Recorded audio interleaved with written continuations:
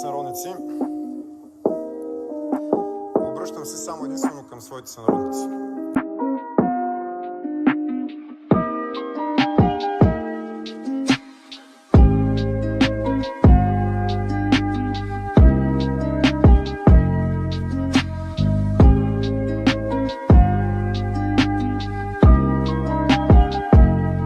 Защото всички в тази зала, независимо от временно дадените ни власт, постове и позиции, трябва да сме преди всичко едно.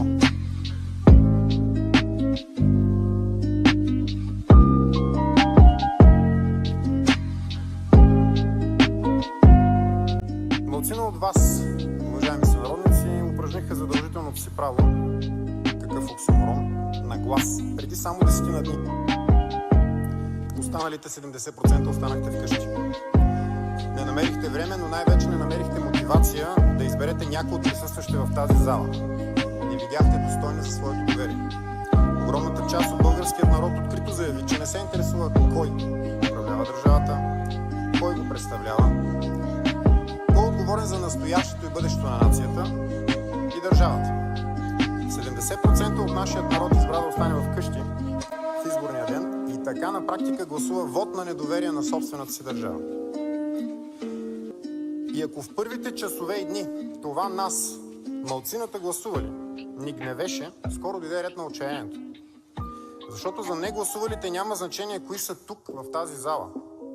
От друга страна пък не бива да забравяме, че за мнозинството тук в тази зала има пък още по-малко значение кои са тези, които са им гласували този вот на недоверие. Напуснете стаята ни, господин Петков, нямате право да сте тук, никой депутат в България не може да спира да говоренето господин Петков, на нямате друг място народен в тази стая, не представител. бъдете нагъл. Крадеца вика, дръжте крадеца. Това сте вие.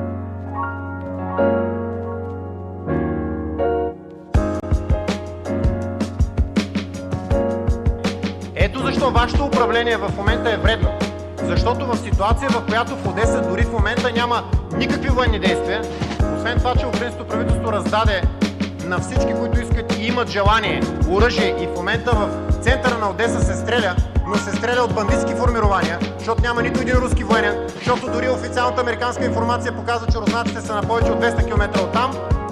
В момента ние нямаме някой, който да защити българските наши сънародници там. И това е само единствено заради вас и вашата предателска, отцеругателска и майкопродавска политика. Господин Костадинов.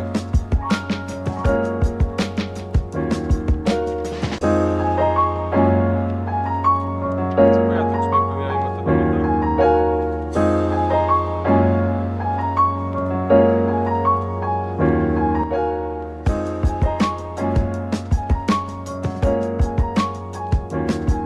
Никой не може да блокира конституционната ангажимент. Уважаеми сънародници, те просто са ви благодарни.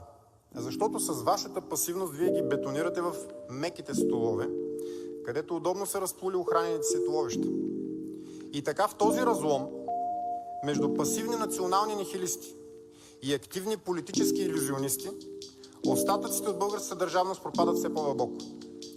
Илюзионистите не можем да ги разберем, но нихилистите все пак можем. Можем да разберем техния гняв, пасивност и желание да накажат всички политици, без изключение. Разбираме ги, защото познаваме дълбоко вкоренение в нашата българска народопсихология принцип, че всички са маскари. Ето защо днес трябва да сме смирени, ето защо днес аз съм смирен. Защото вярвам в думите, които съм изричал неведнъж и които заедно с всички останали тук 240 народни представители изрекох преди малко за пореден път. Във всичките си действия да се ръководя от интересите на народа. Заклех се. Тогава и сега и аз и моите съмишленици от Възраждане се заклеваме всеки ден. И искаме възмездие за онези, които доведоха нашия народ до кома, до пълна, клинична и критична липса на интерес към бъдещето на страната ни. Значи как виждате, първи въпрос, как виждате България след 5 години? Какъв е векторът на развитието на? То зависи от българските граждани, приятел. Само единствено от българските граждани. Трябва да опиташ на първо място в себе си как искаш България да изглежда след 5 години и след това трябва да потърсиш същия отговор на въпроса в твоите приятели и познати около себе, около теб. Конкретен въпрос. Конкретен въпрос. Доколкото разбирам, вашата политика се базира върху руското виждане на бъдещето, доколкото разбирам. Вървите с Какво Русия. е това руско виждане на бъдещето? Тоест, с руски газ, вие защитавате Русия, вие не защитавате Украина. Мислите, че Америка е виновна. Аз лично съм руснак, аз съм от Русия. Така. И, например, не ми е приятно да слушам, когато казвате, че Русия е една най-велика държава. Защото не е така. Не, че аз не мисля така, просто не е така. Това си е твоя право на мисля. Ти кога сме чул да кажем, че Русия е най-велика държава? Аз съм чел вашето интервю. Къде си го видял това? На БНТ, аз съм виждал. Не е вярно това. Къде Не. си го видял? На БНТ? Напротив, лъжеш ме сега. Гледаш Не. в очите ми лъжеш. Не. Къде на БНТ? На БНТ как? Къде? Къде? Не знаете кой е БНТ? Не, аз знам къде има, аз знам кой е БНТ, кое е точно предаване. Аз съм казал, че Русия е най-велика държава, така? Да. Сериозно? Да. Добре, покажи ми къде съм казал това. Аз не мога да го покажа. Не мога. Няма такова нещо, това не може да го покажеш. Окей. Управляващите предатели ни предаваха, предават ни и вероятно отново ще предават нашите надежди. Идеята за промяна отново ще бъде продадена за лични изгоди или просто от глупост. Медиите отново ще пишат и казват онова, което им се нарежда нощем и на тайни почти гангстерски срещи. Телевизиите механично ще съобщават каквото трябва в транса на отдавна предал се слуга. Нашите сънародници от родените български мюсюлмани отново ще гласуват под команда и на екскурзия, защото остатъчната българска държава отдавна ги е харизала в робство на ДПС и не си прави труда дори да ги излъжа, че са свободни хора. Ненаказаните престъпници отново ще купуват скъпите си костюми, по които ще ги посрещат в кое да е посолство, а главите им ще са преклонени както на влизане, така и на излизане. Здравейте, скъпи приятели, аз съм Виктория Симеонова. Преди време ви показахме разказа на бивш член на Възраждане, който сподели какво се случва в представящата се като проруска, всъщност псевдонационалистическа партия, да си припомним. Костадинов взима цялата заплата на депутатите, след което им връща част от нея. Там няма нито един човек, който да е експерт в каквато и да е област. Той се държи като фюрер.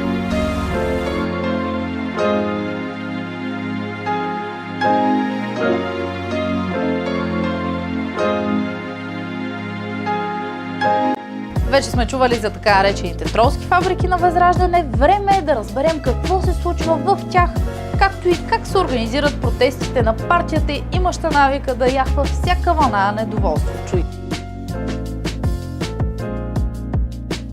Аз съм една от троловите на Възраждане.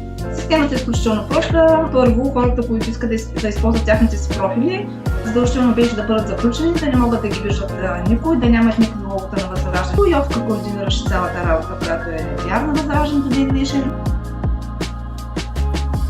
Родителите ни ще продължават да броят стотинките до следващата си унизително ниска пенсия.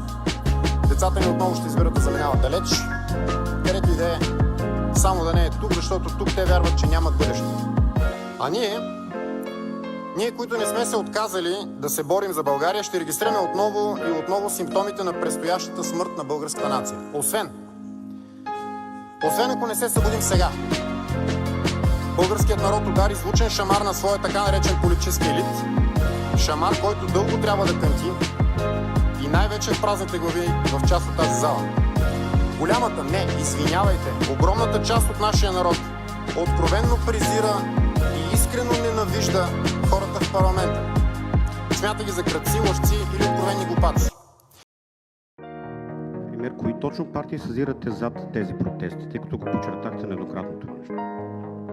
Очевидно е, че се виждат знамена на Възраждане, така че те са там, както и някои от народните представители от Възраждане.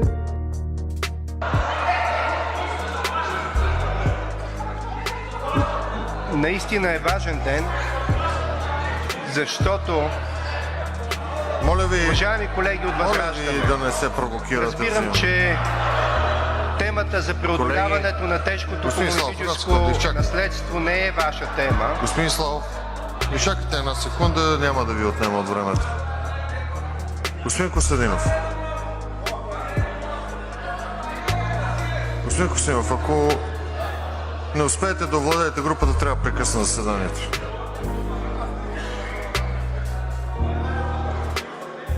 Колеги, моля ви. Колеги, моля ви.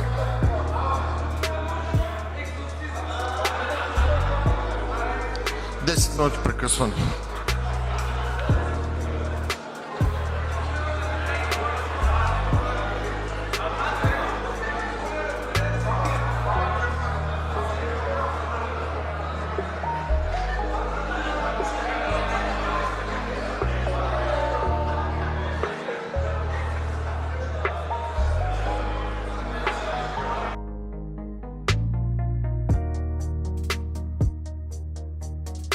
Поради тази причина, въпреки че държавата ни умира буквално пред очите ни, в ръцете ни, 70% от нашите сънародници не са впечатлени от това. На 20% пък дори им харесва. И едва 10% са тези, които се борим за оцеляването на нацията. Просто 2/3 от нашият народ постави грешен знак на равенство между елит и държава и така, мислейки, че наказва така наречения елит, на практика убива собственото си чедо, българската държава. Защото България е нашият дом, нашата национална държава, рожба на българската воля за собствен държавен живот. Ето защо сме длъжни да спечелим отново народа ни. Длъжни сме да направим всичко за всички, без изключение наши сънародници. Защото те все още търсят смисъл да подкрепят и да гласуват доверие на своите избраници. Нека им го дадем. Дори в този доста екзотичен и съвсем непредставителен състав на парламента ни, наивно вярвам, че това е възможно. В крайна сметка не е толкова сложно да се сложи край на корупцията. Преди да започна да говоря за това, за което всъщност в момента всички говорим, няма как да не обърна внимание върху нещо, което беше казано от преждеговорившия, за това, че България е избрала западния модел. Аз не си спомням в България да има референдум или избори, на които да се гласува за модели. В България имаше една голяма промяна, която настъпи 1989 година. И тя беше, че от тоталитарна ние станахме демократична държава.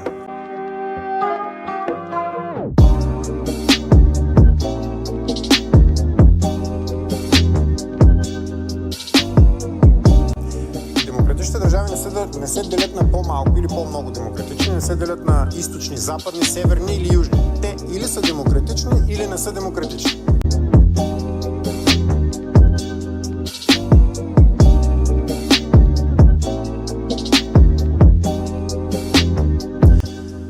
Тези изтъркани клишета, които слушаме тук, просто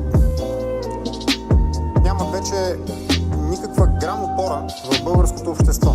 Още повече, че какъв точно е западният модел.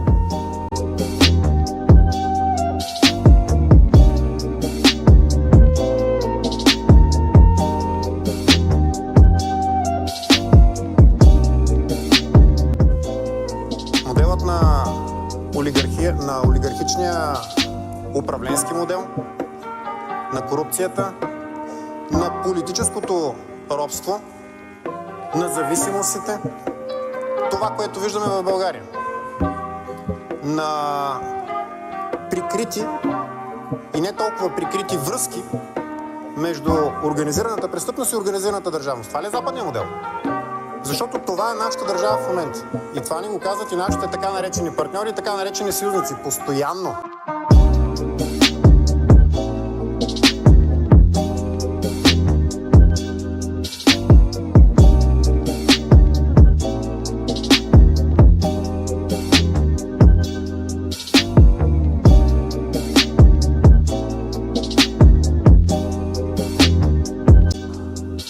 Че България е корумпирана държава, пропаднала държава.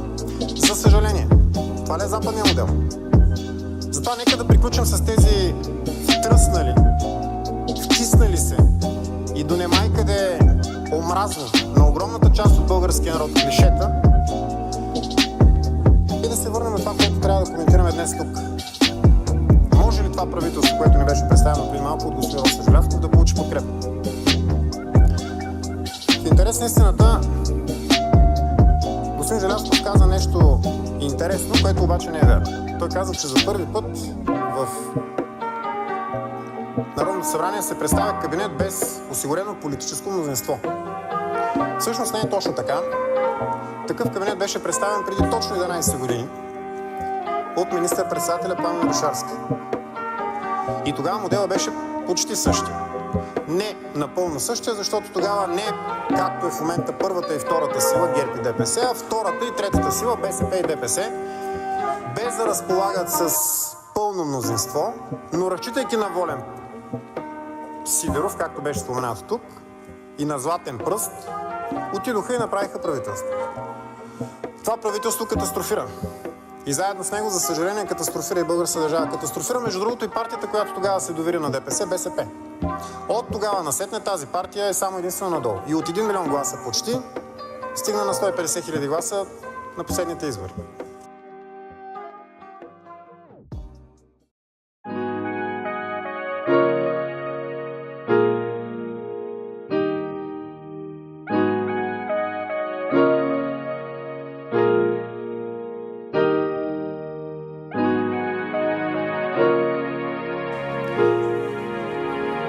Обръщам се към представителите на ГЕРБ. Знам и съм уверен, че няма народен представител, или хайде да не говорим за народен представител, няма избирател на ГЕРБ, който да е гласувал за правителство, което вие да направите и да е подкрепено от ДПС. И вие това го знаете много добре. Няма ваш избирател, който да подкрепя вие да се превърнете в патерица на ДПС. Защото истината е, че това ще стане, ако това правителство бъде гласувано. Няма нормален гербаджия, да използвам този по-разговорен израз, който да иска вие да се превърнете в притурка на Пеевски и на ДПС. Няма такъв сред вас. И ако вие днес направите правителство, макар че ако всяка една от политическите сили в парламента си спазва обещанията, вашето правителство днес няма да мине, но ако все пак се случи, вие ще сполетите съдбата на БСП.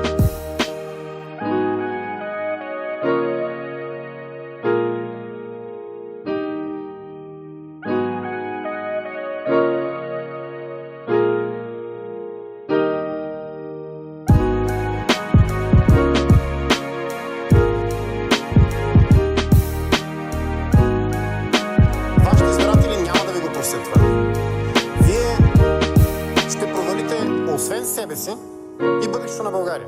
Защото ДПС не е проста партия. Не е политическа организация. ДПС е етнополитическа мафия.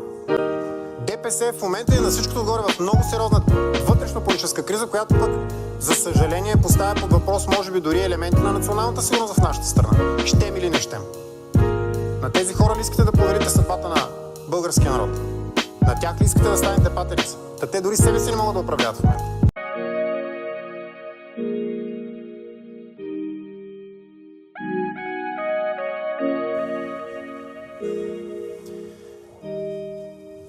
Беше казано и нещо друго.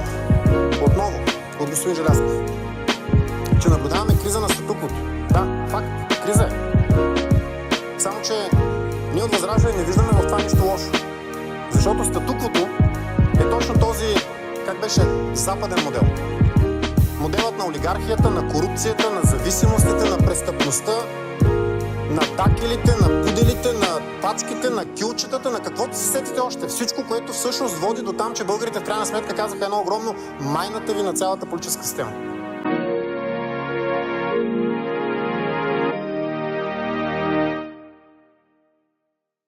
Още колко пачки, имоти, автомобили и метреси са нужни на корупционерите. Нима зависимостта и тупането по гърба от чужди политици и посланици е по-важно от независимостта на България. Нима категоричната позиция в защита на националните ни граници и суверенитет няма да стои по-добре в сега постните ви политически биографии. Можем да спрем да се кланяме на този и онзи, защото само гордо изправеният човек и нация заслужават и получават уважение. Уважение, което всички българи искат да получат. Нима онова купено с откраднатите пари за здравеопазване струва повечето от здравето и живота на българите. Можем да спрем кражбите. Можем да си върнем добрите специалисти. Можем да модернизираме системата. Нима образованието, което беше стожер на нашето общество и негов гръбнак векове наред, не е по-важно от неграмотните избиратели, готови да се продадат за малко храна и някой лев. Можем да запазим традициите на българското образование и да развием нови, още по-добри. Ние българите заслужаваме честно, достойно и ефективно управление, а не този буламач от фалшива експертиза и загриженост, който ни се поднася през всеки няколко месеца. И в това Народно събрание, както и в предишните ВЪЗРАЖДАНЕ, няма да спре да защитава България, българите и българските национални интереси. И ще го правим не само тук, но и извън парламента и навсякъде, където е необходимо. Независимо от нихилизма, независимо от апатията, независимо от глупостта. Правим го и няма да спираме да го правим поради една много проста причина. Ние друг народ нямаме, ние друга родина нямаме. Добър, лош, нашият народ е нашето семейство. И ние няма да го предадем никога. Ако трябва, ще се бием, ако трябва, ще умрем за него. Защото, както е казал великият български поет Никола Вапцаров, в бурята ще бъдем пак с теб, народе мой, защото те обичахме. Да живее България!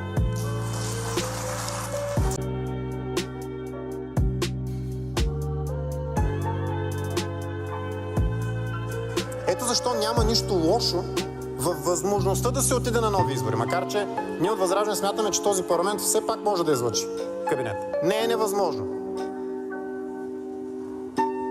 Защото най-хубавото нещо на демокрацията е това, че имаш право на избор. Уважаеми сънародници, нека да си го припомним това нещо. Ние нямахме право на избор преди години. Да, дори и сега в момента правото ни на избор е доста дезавуирано. Доста завуалирано. Доста манипулирано. Но все пак го имаме. А можеше да го нямаме. Когато един народ се измори от правото си на избор, той се изморява от правото си да е свободен. Когато един народ не иска да има избори, той не иска да има свобода. И натам ни тикат всички тези, които сега в момента обясняват колко е тежка тази криза, в която се намираме. Не, това не е тежка криза, това е очистителен процес. Процес, в който старите зависимости, олигархичните кланове, етнополитическите структури, хванали се гуша за гуша, потъват и умират. Големият въпрос е дали ние ще можем да ги отделим от тялото на българския народ и от тялото на българската държава, за които те са се впили като паразити, или не. Ако ги отделим, паразита умира, държавата процъфтява. Ако не ги отделим, Господ да пази България и българския народ. Решението, което днес трябва да вземем, е да не подкрепим този кабинет. И да помислим в крайна сметка, можем ли да намерим общо мнозинство, което да изключва ДПС и за съжаление все по-очертаващата се, казвам за съжаление на избирателите, които са подкрепили ГЕРБ, защото това са над половин милион български избиратели, наши съграждани, които ние трябва да уважаваме. За съжаление очертаващата тяхна патерица от ГЕРБ. Можем ли да направим нещо подобно? Можем. Само преди няколко гласувания го показахме това нещо. Даваме много големи различия помежду си. Факт. И те няма да се преодолеят. Но когато българският народ влезе в ролята на арбитър, над него остава единствено и само Бог.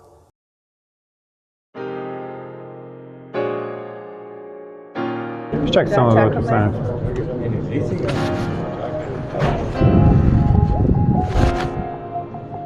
Готови ли сте? Да. Втория и третия мандат.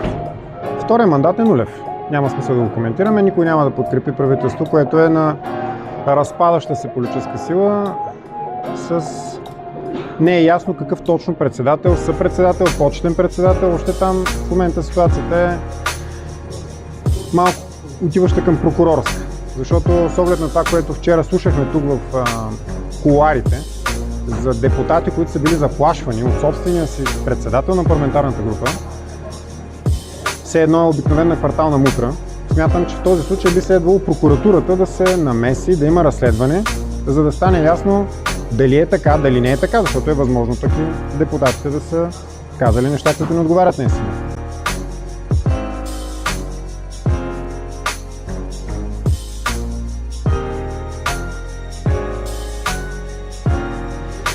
Що се отнася до третия мандат?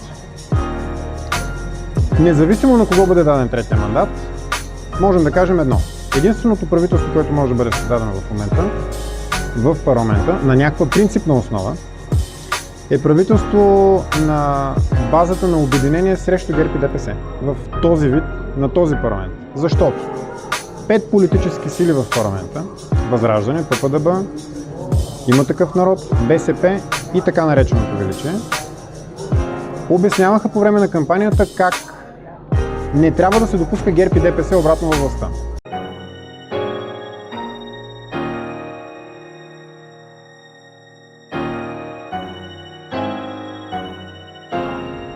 Това е достатъчно добра основа за сформиране на мнозинство.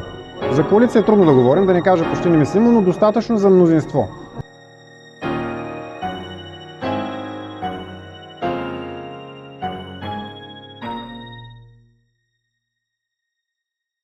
Дори и временно, и ограничено във време. Но ключът тук не е в партията, която ще вземе третия мандат. Ключът е в ППДБ. Защото най-голямата в момента и най-стабилната политическа сила в парламента, даже трудно е да кажем опозиционна, защото в момента няма управляващи опозиция в парламента все още, е Възраждане.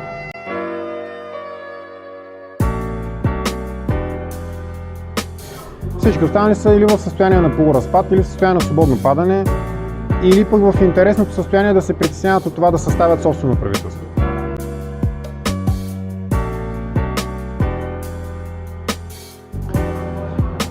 Ние нямаме проблем да преодолеем противоречията с другите политически сили в парламента, включително и с ППДБ, на базата на основния демократичен принцип – народовластието, изразено чрез пряка демокрация под формата на референдуми. Ако ППДБ приемат този подход за преодоляване на противоречия, които са хубавото е, че тези противоречия са идеологически, не са на базата искаме този регулатор, а вие ще ни дадете другия регулатор, ние ще вземем митницата в Капитан Андреево, пък вие ще вземете митницата, примерно, на Калотина. Когато имаме такъв тип противоречия, те много лесно могат да бъдат урегулирани от собственика на държавата, българския народ.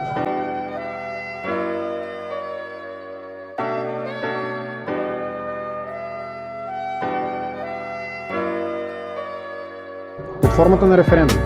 Ако ППДБ надмогнат своето политическо его, а може би и политическо късогледство, не знам кое от двете, е напълно възможно да има такъв кабинет.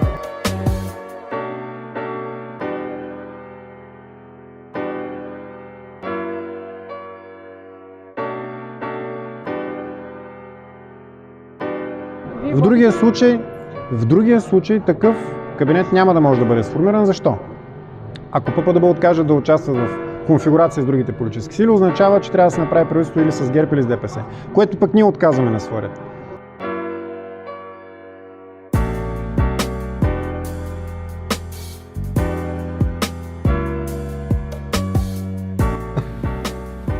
Нека да издигнем малко се, нека малко да покажем какво се случва реално.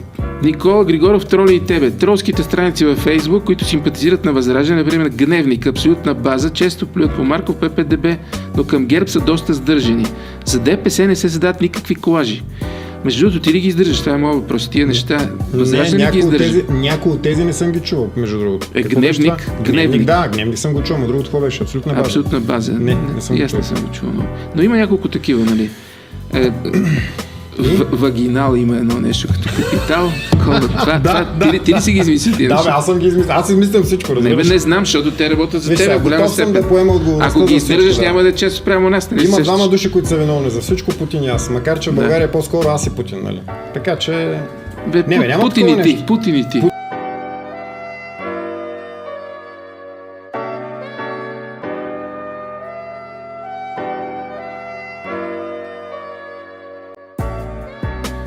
БГ Топ Тим пита кога ще почне да търси съюзници. Наистина кратко, абсолютно блиц и ясничко и спокойно. Ще търси съюзници някога въобще или няма да се появи такъв момент? Ние сега сме казали, че търсим и разговаряме с всички без ДПС, разбира се. Защото ДПС не е партия, ДПС е етнополитическа мафия и пета колона на Турция. Но имаме условия. Условията са ясни и категорични. Не спираме да ги повтарям по време на цялата кампания. Те са 5. Провеждане на референдум за членство на България в НАТО, защото НАТО е заплаха за националната сигурност, провеждане на референдум за запазване на българския лев, прекратяване на военната помощ за Украйна категорично и даване гаранция, че не трябва да се изпращат български войски в Украйна. На 4-то място премахване на санкциите срещу Русия и създаване на компенсаторен фонд, с който да обезщетим българските предприемачи за техните щети, които са претърпели не по тяхна вина. И на 5-то място създаване на преговорен екип за предоговаряне на условията на членство в Европейския съюз. По тези точки ние компромис не правим. Но по тези точки ние съюзници към настоящия момент не сме намерили.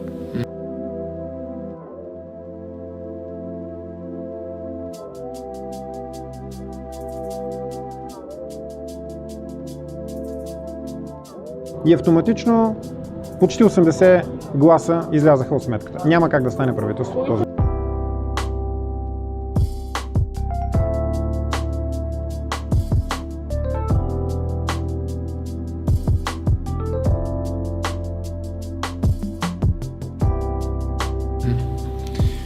Карма пита, ще подкрепим ли излизане от Световна здравна организация? Да. Някои въпроси няма да ги прочита, поради просто причина, че повтарят стари неща и са твърде много. Твърде сложни, твърде не в час. Има само 3 дена до края на кампанията. Колко дават в момента? Колко втора политическа сила сте? Тази информация, с която ние разполагаме, е, че при висока избирателна активност има няколко стотин хиляди човека, между 400 и 600 хиляди, според различните социологически агенции, които все още не са решили за кого ще гласуват, но са решили, че ще гласуват. При висока избирателна активност това означава, че Възраждане има хипотетичния шанс да бъде първа политическа сила. Но към настоящия момент всички ни дават второ място.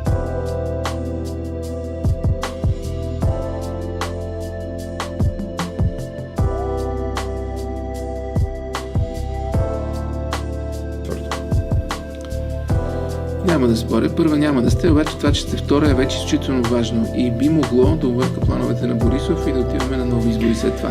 Не само на Борисов, едва ли Борисов е човекът, който има планове за България, по-скоро тези, които го контролират от американското посолство. Така че ако ще объркаме някакви планове, трябва да са техните. Макар че в интерес на истината и на американските в момента губернатори на България може да им се объркат плановете, ако на изборите за президент ноември спечели, дай Боже, Доналд Тръмп.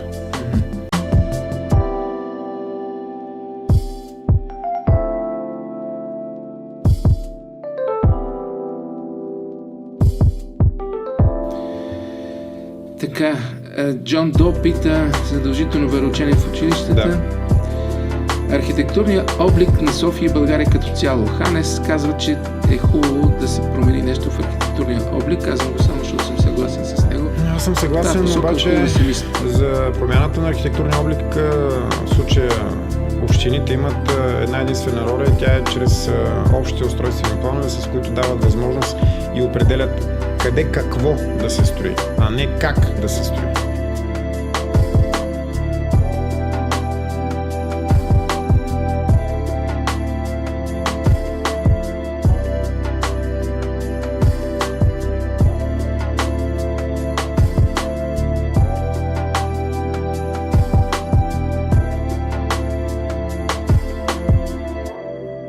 В смисъл, те казват тази територия е за жилищно строителство, това означава, че там строят жилища, но как точно ще бъдат направени тези жилища и как ще изглеждат, това вече е въпрос на изцяло единствено преценката на човека, който строи. Тоест, тук вече би трябвало да имаме някакъв малко по-засилен контрол от страна на главните архитекти, но в настоящия момент Законът за местното самоуправление и местната администрация не дава такива правомощия на архитектите.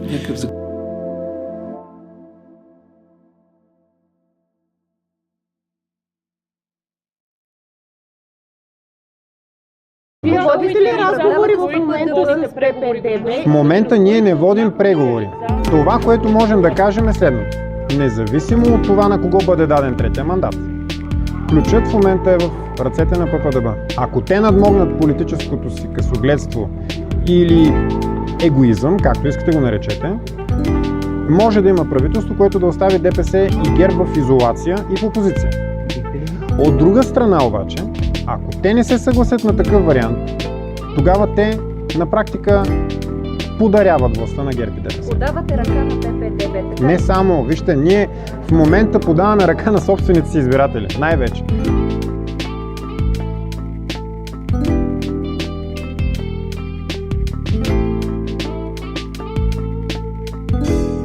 Защото имаме златен шанс да направим правителство, което да изолира ГЕРБ и ДПС. А откъде? И в този случай, чисто математически, 125 мандата са повече от 115, колкото са на ГЕРБ и ДПС. Всъщност вече не мога да кажа 115 за ГЕРБ и ДПС, защото ДПС се роят, между другото, виждате. Днес още един изключиха. А откъде сте? Те може би имат някаква традиция всеки ден да изключат по един. Откъде се роди противоречието между вас и СВП? Вие казахте, че сте разговаряли с ключови фигури. Те от своя страна категорично отрекоха да са водени разговори с Възраждане. И как очаквате? Вижте, самия факт, че отричат хора, с които не са водени разговори. Сега, все пак ППДБ да бъде доста широка коалиция.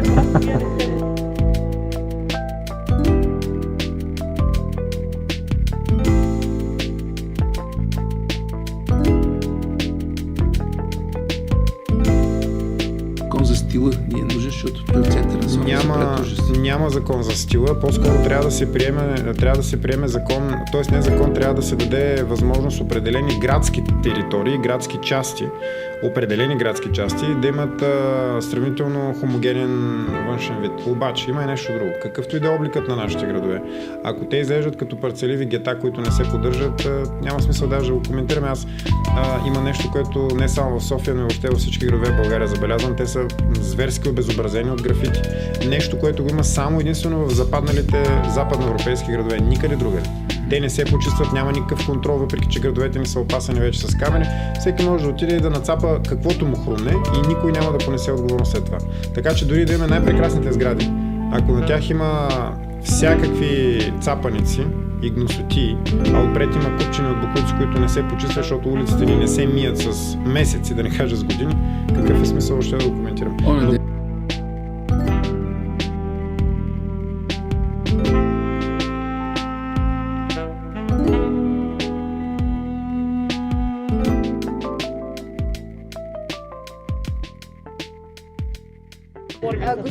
Не сме говорили с Асен Василев.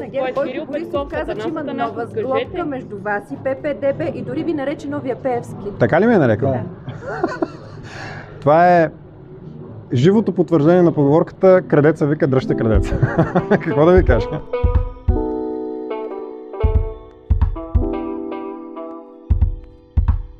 Сега, не ние щяхме да правим правителство с Пеевски вчера, не Пеевски подкрепи нас, подкрепи Борисов. Така че не знам какви са тези сравнения. Не се пробвате да убедите ППДБ. Ние вече сме заявили ясно и категорично нашата позиция. И тук вече въпросът опира до следното. Ще излъжат ли втори път избирателите си ППДБ? Защото един път ги излъгаха, като направиха правителство с ГЕРБ и с ДПС. А ако сега ги излъжат втори път при условие, че имат златната възможност да оставят ГЕРБ и ДПС в опозиция, не виждам как на следващите избори ППДБ ще вземат и половината на тези гласове. Благодаря.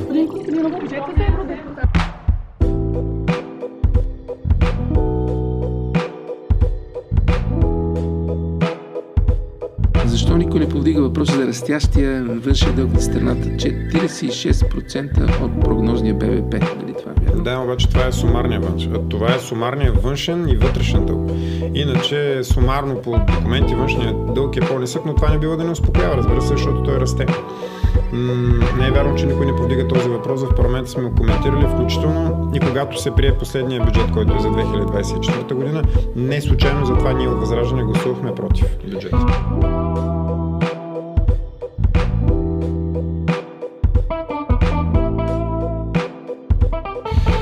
Така, Карма ще префразирам как да преборим престъпността вътре в МВР. Хубав е въпроса.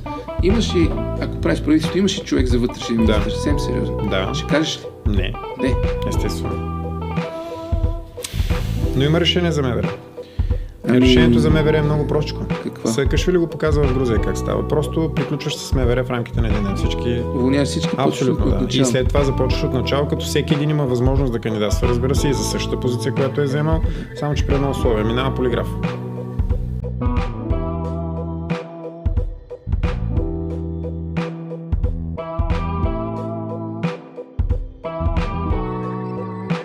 Всеки. И на полиграфа дава отговори на въпросите. Вземали сте подкупи, имали сте връзки с лица от организираната престъпност, а познавате ли хора, които са вземали подкупи? Кой контролира полиграфа? Не, какво значи кой контролира полиграфа? Когато нещата са толкова корумпирани, той и полиграф е корумпиран. Чакай сега малко, нали сеш, че няма само един полиграф в страната и няма един единствен човек. Да. Знаеш колко човека работят в МВР? Над 50 000. Идеята за това не е лоша. Трябва да се започне от начало. На чисто. Имаше въпрос за новите автомобили на МВР. Да, БМВ-тата. Да. Между другото, всяка година аз и моето семейство, нали, участваме в тази кампания във Варна, в конкретния случай. Там, между другото, тя от Варна тръгна тази кампания за събирането на капачки. После се появиха разни други такива хора, които се опитаха да откраднат идеята на други нива, и най-вече в София, даже няма да ги коментирам, но всяка година във Варна се събират наистина големи количества, хиляди и хиляди варненци идват и включително и хора от областта.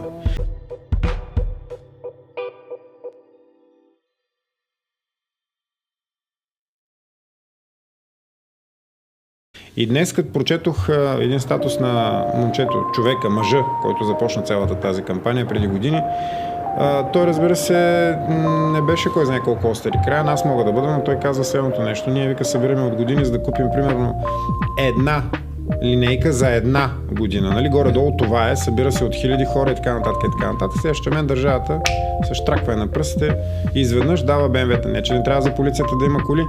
Не, че не трябва да бъдат...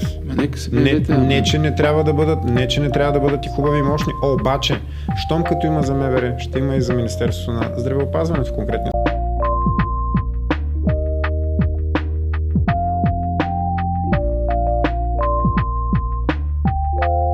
случай, линейки и каквото още друго се. А не и другото, което е най-големия нашия позор, да събираме пари редовно за лечение на деца в чужбина. Това е позор.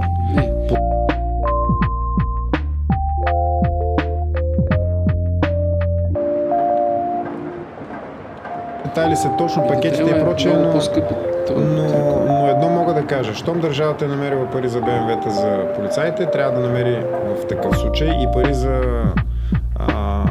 линейки и за всичко останало, за което се сетим, и най-вече, пак казвам още веднъж, да се прекрати тази позорна практика да събираме жълти стотинки, за да си изпращаме децата за лечение в чужбина.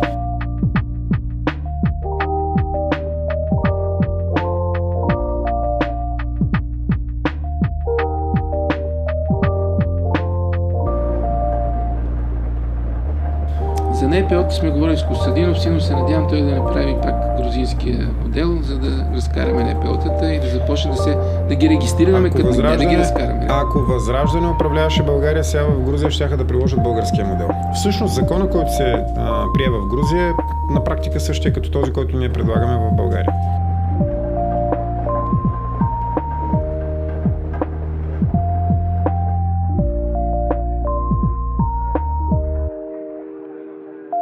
С тази разлика, разбира се, че там беше прият, България не. И между другото, по един и същи начин реагираха американските НПО-та. И там и тук започнаха да говорят за това, че се предлага руския закон. А той така наречения руски закон е преведен от американския закон. Да.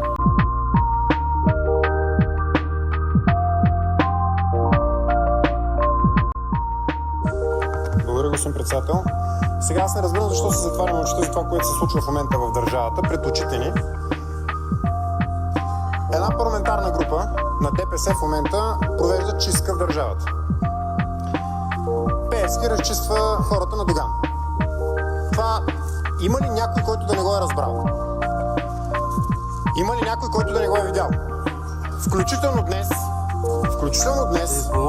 изключения Рамадан Аталай обяснява за невероятен сблъсък и разцепление в момента втората политическа сила в държавата.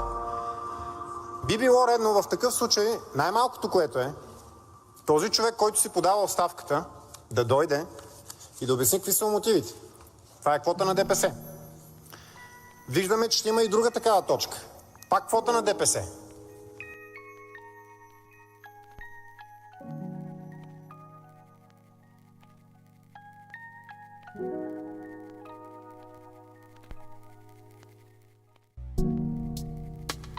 Ние тук в какво сме се превърнали? В натискача на копчета, които да одобряват разчистването на терена от страна на Пеевски. Държавата се е превърнала в една арена, в която две мафиотски крила са се хванали гуша за гуша, останалите трябва да седим на гледане. Господин Костадинов прави официално бележка да се придържате към точката от дневния ред и да не употребявате обидни квалификации. Господин Цонев, не ме прекъсвайте, ако обичате.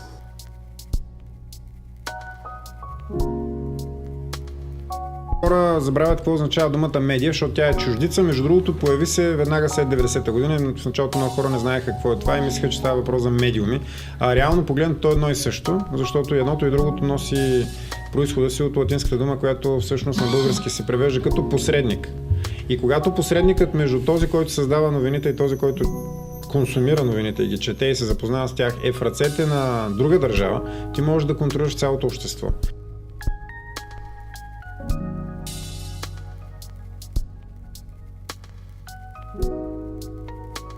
Ние ще ви прекъсваме. Не, няма да ме прекъсвате, господин Цонев. Защото по правилник не, няма да ме прекъсвате, говоря точно за да ви точката. Когато... Не ме прекъсвайте, господин Цонев. Изцяло по точката говоря. Прекъсвам, защото не говорите по точката и употребявате неприличен език. Сега, през цялото време говоря по точката. През цялото време говоря за човека, който в момента би трябвало да е тук и да даде обяснение. Какви са мотивите? Как така изведнъж?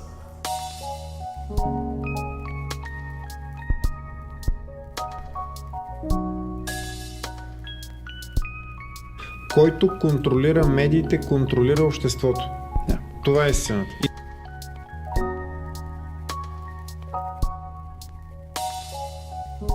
И затова тези медии трябва да бъдат изсветлени, да се знае кой е собственика, да се знае хората, които работят вътре в тях, колко пъти са били на обучение в чужбина, колко пъти са получавали грантове директно от чужди посолства, да се знае какви са техните финансови ангажименти в този случай, защото в крайна сметка ти много добре го знаеш.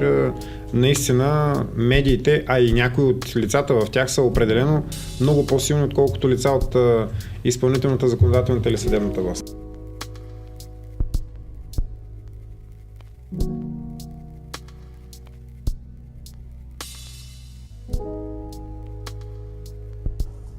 При условие, че днес имахме председателски съвет и никой не поиска от вашата парламентарна група, господин Цонев, защото явно ще трябва да водим дебат с вас.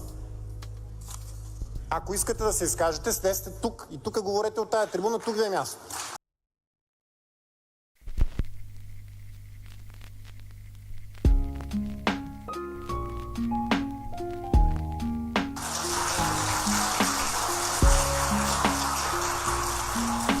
Призовавам залата да покажем един урок на ДПС в момента, че никой няма да се държи като касапин в сградата на Българското народно събрание и никой няма да разполага с изпълнителната власт като с нещо, което си държи в джоба и си го подхвърля. Призовавам ви да проявите принципно поведение и да не подкрепите тази очевидно изнасилена оставка. Тези мафиотски схеми, тези мафиотски деяния, които тук ДПС вършат, просто трябва да бъдат прекратени. Защото ние знаем, че в такива случаи в тази политическа формация понякога се стига дори до убийство.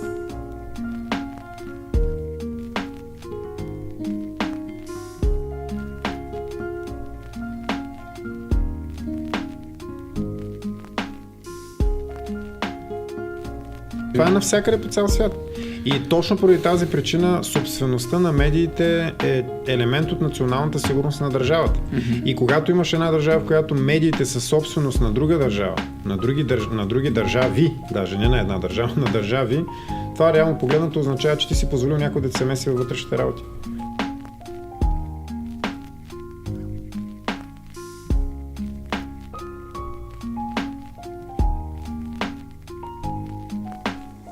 И това нещо не бива да бъде допускано, ако искаме България да бъде нормална държава. Господин Цонев, престанете да ме прекъсвате. Не, ще ви прекъсвам, защото говорите глупости. Няма да ме прекъсвате, господин Цонев. Казах ви, ако искате да говорите, елате и застанете тук отпред.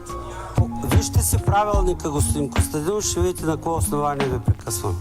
Ако искате, господин Цонев, пак ви казвам, дебатирайте с мен от тук, вземете ми реплика. Аз не дебатирам с вас, господин Костадинов. Придържайте се към правилника и няма да ми чуете да се обадя. Господин Цонев, коя точка на правилника наруших?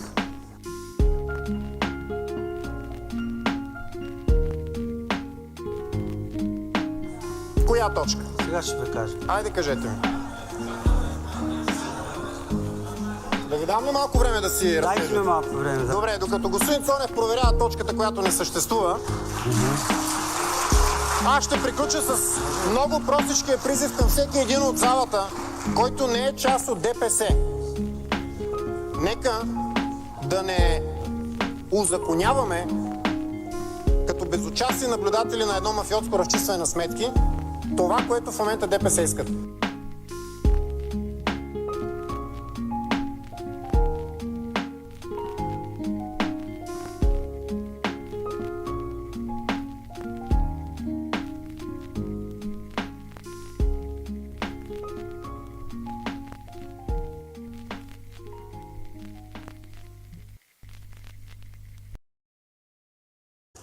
Нека всички в тази зала да гласуваме против освобождаването на този човек. Благодаря.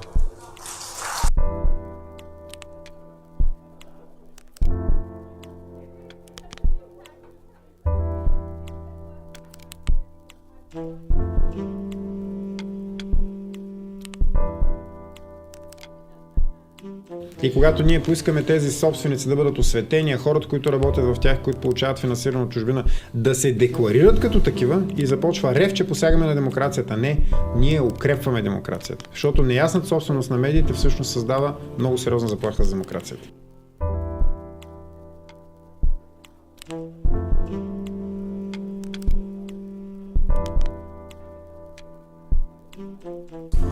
Излезе една много добра новина, за която си струва да се поздравим всички българи. След публикуването на така наречените конвергентни доклади на Европейската централна банка и на Европейската комисия, вече е потвърдено, че България няма да въведе еврото от 1 януари 2025 година. 25. Това поставя точка на дълъг процес на политически манипулации, пропагандни внушения, безкрайни медийни изяви на удобни говорители, които от поне една година насам ни убеждаваха как България щяла да изпълни критериите за членство в еврозоната или, че ако не ги изпълни, щяло да има някакво изключение за нас.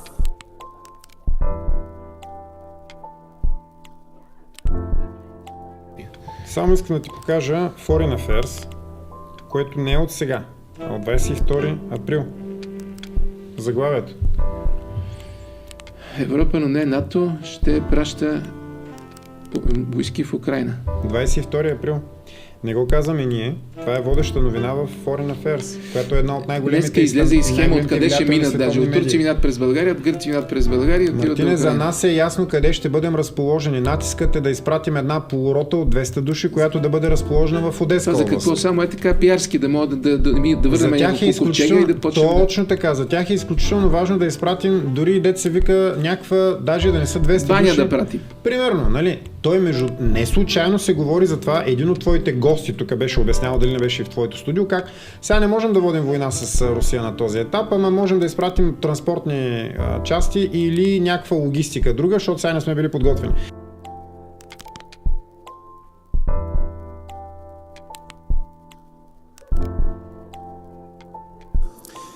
Видя се, че всичко е лъжа. Въпреки опитите за нагласяване на статистиката, изпращана от България към Евростат, за което неколкократно алармирахме. Въпреки огромния държавен ресурс, отделен за пропаганда и агитация от най-примитивен вид, невиждани от нас от времето преди 1989 година. Въпреки унизителните разговори в чужбина и молби за милостиво третиране от българските министри на финансите в няколко поредни правителства и от управителя на БНБ, както и по наша информация от страна на президентството. Реалността се оказа обаче по-силно от непознаването на методиката и правилата на ЕЦБ и Европейската комисия, за което от ВЪЗРАЖДАНЕ предупреждавахме отдавна.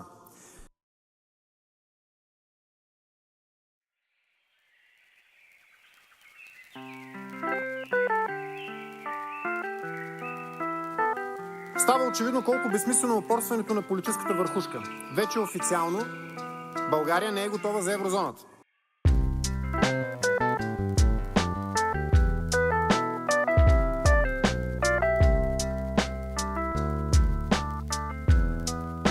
За американците това е без значение. Достатъчно е да ни върнат няколко ковчега, които тук да бъдат посрещани тържествено, след което да се развихи дивашка антируска истерия, да ни се каже, ето виждате ли, руснаците ни избиват, те си ни врагове, да изпратим вече още и още, да можем този път да провокираме Русия, да ни удари много по-сериозно, защото аз не съм уверен, че примерно тези хора, които ще бъдат убити, не дай си Боже, в Украйна, ще бъдат убити от руски куршум. Американците добре се справят с тази задача.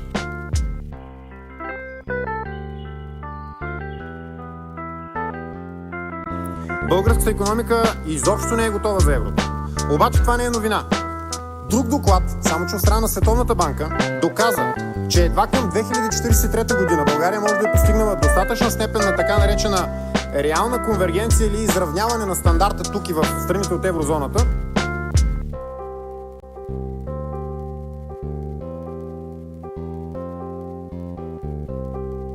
Те така и започнаха събитията на Майдана, когато в един момент и от едната и от друга страна се стреляше, после самите майданци, като дойдоха на власт, правиха комисия и не можаха да разберат кой е стрелял.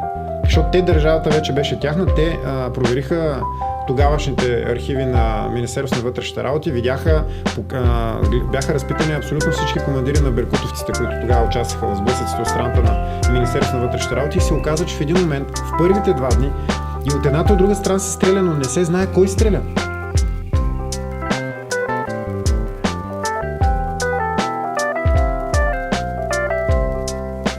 Не случайно референдум скептицизмът за запазване на българския лев беше с дата 2043 година като минимален срок преди евентуално въвеждане на еврото. От друга страна, така наречените евроатлантически правителства ни тласкат по път, който не се одобрява от мнозинството български граждани. Години наред всякакви социологически проучвания, включително официални, като Евробарометър, документират съпротивата на българите срещу еврото и преобладаващото желание за запазване на българския лев и на валутния борд. Скептицизмът, нещо повече, страхът по отношение на еврото само се засилиха от неадекватната политика за унищожаване на лева от страна на всички управляващи, включително от служебните правителства на президента през последните няколко години.